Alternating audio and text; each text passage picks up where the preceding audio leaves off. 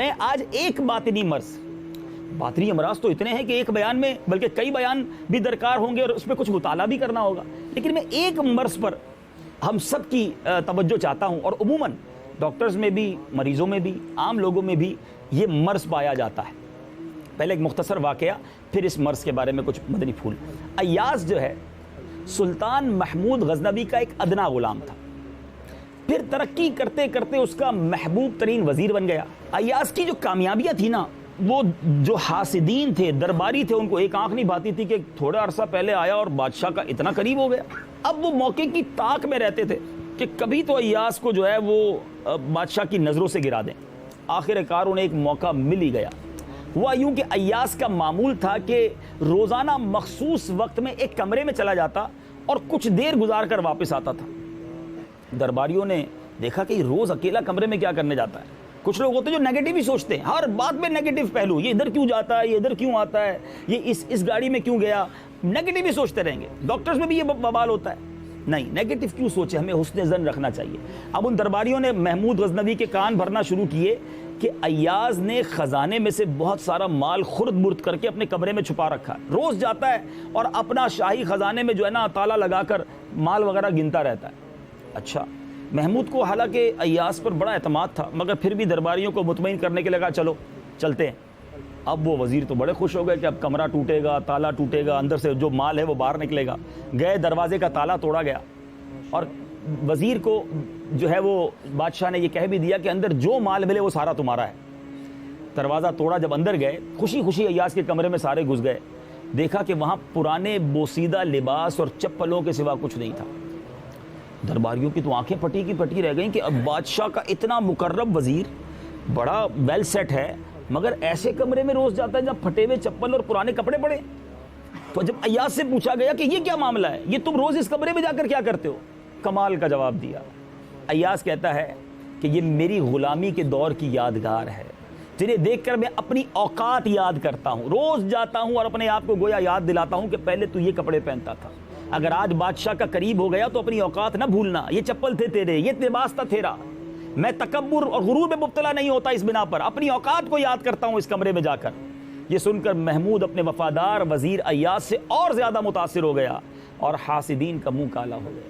دو باتیں سیکھنے کو ملی اس واقعے سے، غرور، تکبر۔ اچانک کوئی نعمت مل جاتی ہے، غریب آدمی دعا کرتا ہے اللہ مال دے دیتا ہے، آدمی کو پوچھتا نہیں تھا اس کو اللہ اچانک شہرت دے دیتا ہے۔ ہونا کیا چاہیے تھا، اوقات یاد رکھنی چاہیے تھی۔ میں کیا تھا، رب نے کیا بنا دیا، اللہ نے بنایا، میں اب تکبر کس بات کا کروں، میں گھمنڈ کس بات کا کروں، اللہ کی مہربانی۔ میں چھوٹا سا ڈاکٹر تھا جناب، میرے پاس 4 مریض آتے تھے، آج اللہ نے پورے وطن میں میرا نام کر دیا، آج لوگوں کی لائنیں لگی ہیں، اپوائنٹمنٹ لینے کے لیے لوگ میرے پاس آتے ہیں۔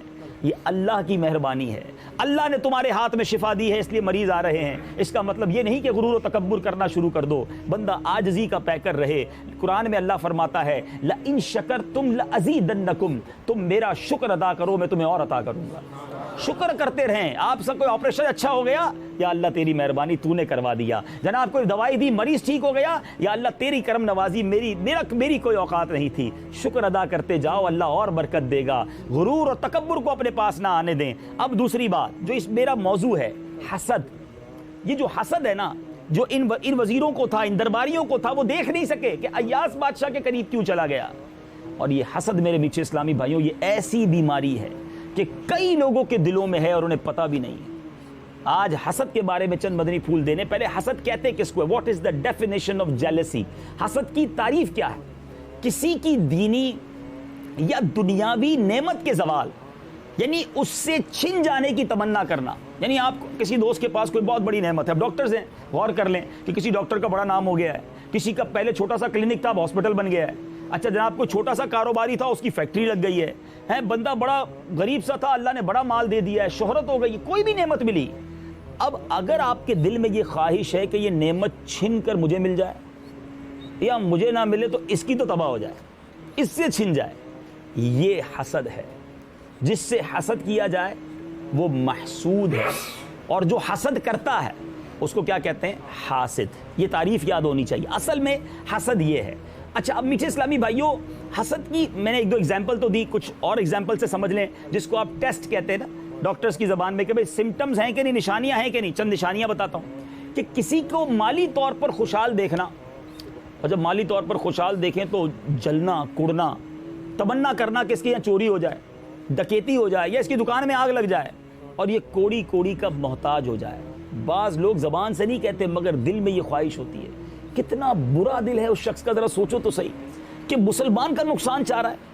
اچھا پھر کسی کو اعلیٰ منصب، دنیاوی منصب پر، دینی منصب پر دیکھیں تو تمنا کرنا کہ اس سے کوئی ایسی غلطی ہو جائے، کوئی ایسی غلطی کرے، کوئی ایسی مسٹیک کرے کہ اس کا نام برباد ہو جائے، یہ بدنام ہو جائے زمانے میں۔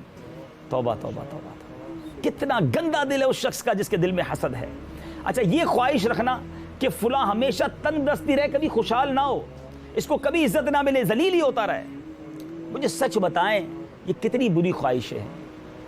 وَتُعِزُّ مَن تَشَاءُ وَتُذِلُّ مَن تَشَاءُ، سارا زمانہ کسی کے پیچھے لگ جائے نا کہ اس کو ذلیل کر دے۔ جس کو رب نے عزت دینی ہے اس کو عزت ملنی ہے، جس کو رب نے نعمت دینی ہے اس کو نعمت ملنی ہے۔ یہ حاسد اپنی آگ میں خود ہی جلتا ہے۔